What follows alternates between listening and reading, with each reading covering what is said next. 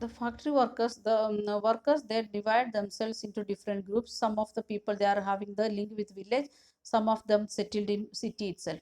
Then workers were divided by skill. According to their skill, they divide themselves. And the metal workers of St. Petersburg recalled, the metal workers considered themselves as the aristocrat, means they are having some special power like that. They was thinking according to their skill, they divide their occupations. Demanded more training and skill. Why they are saying like that they are aristocrat or they are in high grade? Because they are needed of training and skill. We studied in economics also how we can develop our human resource. That time also we studied about the education training and skill training and other things. Okay, women made up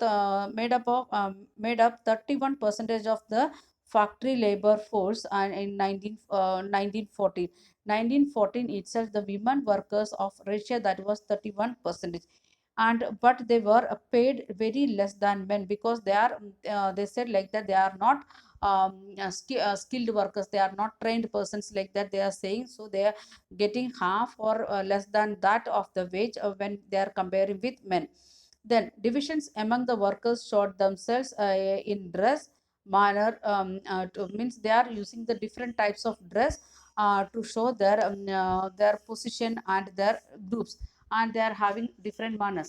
If in the factory if we are visiting now also in the factory, we can see the general manager and assistant managers, deputy managers, they are having special dress code. And the workers, those who are, if it is paper mill or sugar factory, the daily workers, they are maybe having the uniform cloth with their special cap and other things. For that is one side for the protection, another side to understand who are the workers and those who are doing the physical work, those who are doing the manager work, like that things. According to that, in Russia also we can see dress as well as manners. Some workers formed association to help members, and we can see the trade unions, the starting of the trade unions in Russia, that is in 1940s. And for what? To help the members when they are facing the unemployment problem or the financial problem of their fellow workers. For that purpose they started the association. Despite the divisions, workers did unite to strike work. Sometimes they made because they are having the association. With the help of this association, they are helping the unemployed person as well as financially those who are suffering to them. At the same time, they made use for strike purpose also. And when they are disagreeing with some of the conditions what the worker employer is giving, that they don't like, then they will start the strike. And these strikes took place frequently in textile industry during 1896 to 1907, and the metal industry during 1902. Means different area, not only one area, different area we can see they are starting with a strike. And here also we are having like that strikes, not maybe all the countries together, but in some area bank employees strike and transport employees strike, like that we can see. In the countryside, peasants cultivated the most of the land, but the nobility, the crown, and the Orthodox Church owned large properties. Means the peasants, the agriculture workers, they was working in the agriculture land, and they are cultivating, but maximum land owned by the Orthodox Church of Russia, Russian Orthodox Church. They owned maximum land. And the like workers, peasants too were divided between peasants also. There was different groups in the what we are discussing, the social conditions of the Russia. And we can see they are also deeply religious. According to their religion, they divide themselves. But except a few cases, they had no respect for the nobility. They was not giving that much respect to the nobles. And nobles got their power and position through their services to the sir, means that to the empire. And according to how much service they are doing to the empire, according to that they was getting power and position. And but they never got any popularity in local area. There was not liked by the common people of that area. This was unlike France, and where during the French Revolution in Brittany, peasants respected nobles and fought for them. In Russia we can see they are liking the nobles, and they said like that the nobles in France it was a different condition, and here in Russia that is different, and the socialism how it is developing each and every country according to that it was different.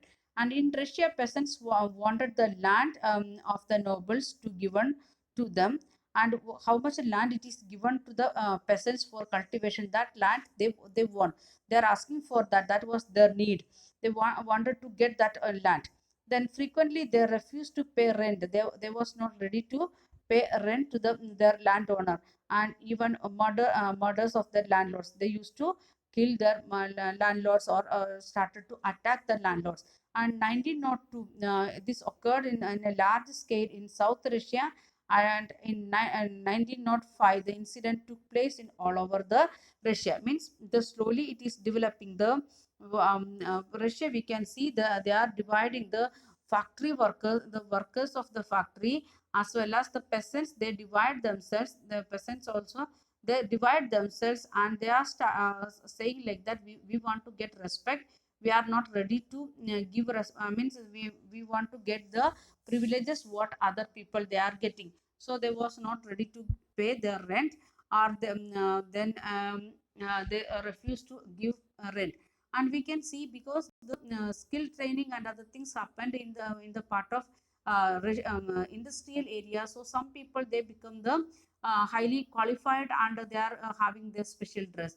And here in the agriculture area, those who are not they are started to kill the landlords. Means there was no particular rule in the country like that, they are common people they are feeling. Sir King he was becoming little bit failure in front of the people, that was the condition. Okay, then last sentence, Russian peasants were different from the European peasants in other way. They pooled their land together periodically, and their commune means the community together divide it according to the need of the individual families. Means they are taking the land from the nobles, this is the land of the nobles, the peasants they will capture one by one area, and this much area was under the control of peasants. What they are doing, in one family there is only 5 members, another one family with 10 members, another one family with 8 members, according to the need of the family members there was divide and given land to the people. And really it was a good thing, that is the community, they are giving maximum importance to their community, or the other word what they used in Russia, that is mir, the commune or the community together, they was dividing the land, and they was taking that land from the landowners or the landlords or the nobles. Okay, we will discuss in next video, next part.